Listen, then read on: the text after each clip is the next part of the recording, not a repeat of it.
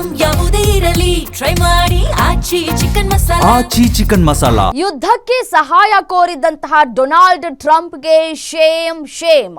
ಟ್ರಂಪ್ಗೆ help ಮಾಡೋದಕ್ಕೆ ಮುಂದೆ ಬಾರದ ಮಿತ್ರ ರಾಷ್ಟ್ರಗಳು ಯುದ್ಧದಲ್ಲಿ ನಾವು ಭಾಗವಹಿಸಲ್ಲ ಅಂತ ನಾಟೋ ರಾಷ್ಟ್ರಗಳು ಹೇಳ್ತಾ ಇದ್ದಾವೆ. ಮಿತ್ರ ರಾಷ್ಟ್ರಗಳು ಬರಲ್ಲ ಅಂತಿದ್ದಂತೆ ಅಬ್ಬರಿಸಿದ ಡೊನಾಲ್ಡ್ ಟ್ರಂಪ್ ವಿಶ್ವದಲ್ಲಿ ಅಮೆರಿಕ ಅತ್ಯಂತ ಶಕ್ತಿಶಾಲಿ ರಾಷ್ಟ್ರವಾಗಿದೆ, ನಮಗೆ ಯಾರ ಸಹಾಯವೂ ಅಗತ್ಯತೆ ಇಲ್ಲ ಅಂತ ಟ್ರಂಪ್ ಅಬ್ಬರಿಸ್ತಾ ಇದ್ದಾರೆ. ನಾವೇ ಪವರ್ಫುಲ್ ಅಂತ ಪೋಸ್ಟ್ ಮಾಡಿರುವಂತಹ ಅಮೆರಿಕ ಅಧ್ಯಕ್ಷ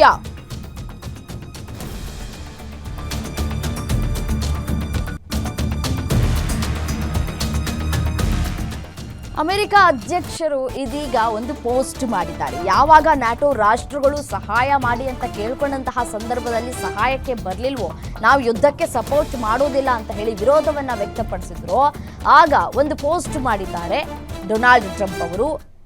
ನಾವೇ ಪವರ್ಫುಲ್ ಆಗಿ ಇರುವಂತದ್ದು ಅನ್ನುವಂತಹ ವಿಚಾರವನ್ನ ಅವರು ಉಲ್ಲೇಖ ಮಾಡಿದ್ದಾರೆ. ದೃಶ್ಯದಲ್ಲಿ ಗಮನಿಸಬಹುದು. ಸೊ ಪೋಸ್ಟ್ ಮಾಡಿದ್ದಾರೆ ಅಮೆರಿಕ ಅಧ್ಯಕ್ಷರು, ನಮಗೆ ಯಾರ ಸಹಾಯನೂ ಬೇಡ, ನಾನು ಫೇಸ್ ಮಾಡ್ತೀನಿ ಅನ್ನುವಂತಹ ವಿಚಾರವನ್ನು ಅವರು ಉಲ್ಲೇಖ ಮಾಡಿದ್ದಾರೆ. ಈ ಒಂದು ಕತೆ ನೆನಪಾಗುತ್ತೆ ಈ ಸಂದರ್ಭದಲ್ಲಿ. ದಿನ ಬೆಳಿಗ್ಗೆ ಕೋಳಿ ಕೂಗ್ತಾ ಇತ್ತಂತೆ, ಒಂದು ಅಜ್ಜಿ ಕೋಳಿ ಸಾಕಿದ್ಲಂತೆ.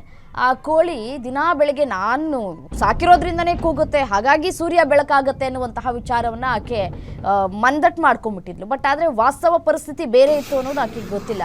ಅದೇ ರೀತಿಯಾಗಿ ಡೊನಾಲ್ಡ್ ಟ್ರಂಪ್ ಅವರ ಪರಿಸ್ಥಿತಿ ಇದೆಯಾ ಅನ್ನುವಂತಹ ಪ್ರಶ್ನೆಗಳು ಕಾಡ್ತಾ ಇದೆ. ಸೊ ಯಾರ ಸಪೋರ್ಟ್ ಇಲ್ಲ ಅಂದ್ರೂ ನಾನು ಯುದ್ಧ ಮಾಡ್ತೀನಿ ಅನ್ನುವಂತಹ ಒಂದು ಮೊಂಡುತನ.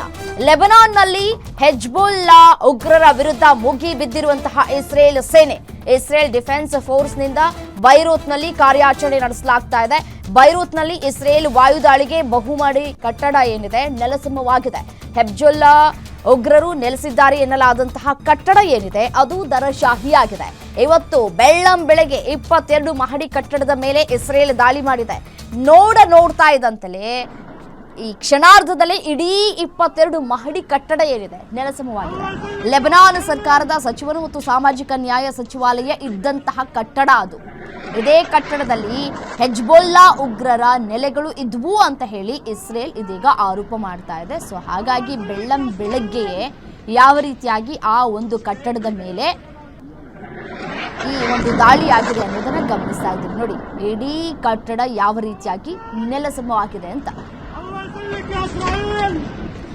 ಇನ್ನು ಇದೇ ವಿಚಾರಕ್ಕೆ ಸಂಬಂಧಪಟ್ಟಂತೆ ಮತ್ತಷ್ಟು ಡೀಟೇಲ್ಸ್ ಕೊಡ್ತಾ ಹೋಗ್ತಾರೆ ಡಿಜಿಟಲ್ ಎಡಿಟರ್ ದಿಲೀಪ್ ದೂರವಾಣಿ ಸಂಪರ್ಕದಲ್ಲಿದ್ದಾರೆ. ದಿಲೀಪ್, ಒಂದ್ ಕಡೆ ಡೊನಾಲ್ಡ್ ಟ್ರಂಪ್ ಅವರು ಮಿತ್ರ ರಾಷ್ಟ್ರ ಅಂದ್ರೆ ನ್ಯಾಟೋ ರಾಷ್ಟ್ರಗಳನ್ನ ಸಹಾಯ ಮಾಡಿ ಅಂತ ಹೇಳಿ ಕೋರ್ಕೊಂಡಿದ್ರು, ಆದ್ರೆ ಅವ್ರು ಯಾರೂ ಸಹಾಯ ಮಾಡಲ್ಲ ಅಂತ ಹೇಳಿದ್ರು. ಈಗ ತಮ್ಮ ಕೋಪವನ್ನ ಹೊರಹಾಕ್ತಾ ಇದ್ದಾರೆ, ನಾನೇ ಶ್ರೇಷ್ಠ ಅಥವಾ ನಾನೇ ಎಲ್ಲವೂ ಅನ್ನುವಂತಹ ವಿಚಾರವನ್ನ ಅವರು ಉಲ್ಲೇಖ ಮಾಡಿದ್ದಾರೆ. ಮತ್ತೊಂದು ಕಡೆ ಈ ಬಿಲ್ಡಿಂಗ್ ಅನ್ನ ಉರುಳಿಸುವಂತಹ ಕೆಲಸವನ್ನ ಇಸ್ರೇಲ್ ಮಾಡಿದೆ. ಸದ್ಯಕ್ಕೆ ಏನಾಗ್ತಾ ಇದೆ ಡೀಟೇಲ್ಸ್ ಕೊಡ್ತಾ ಹೋಗೋದಾದ್ರೆ?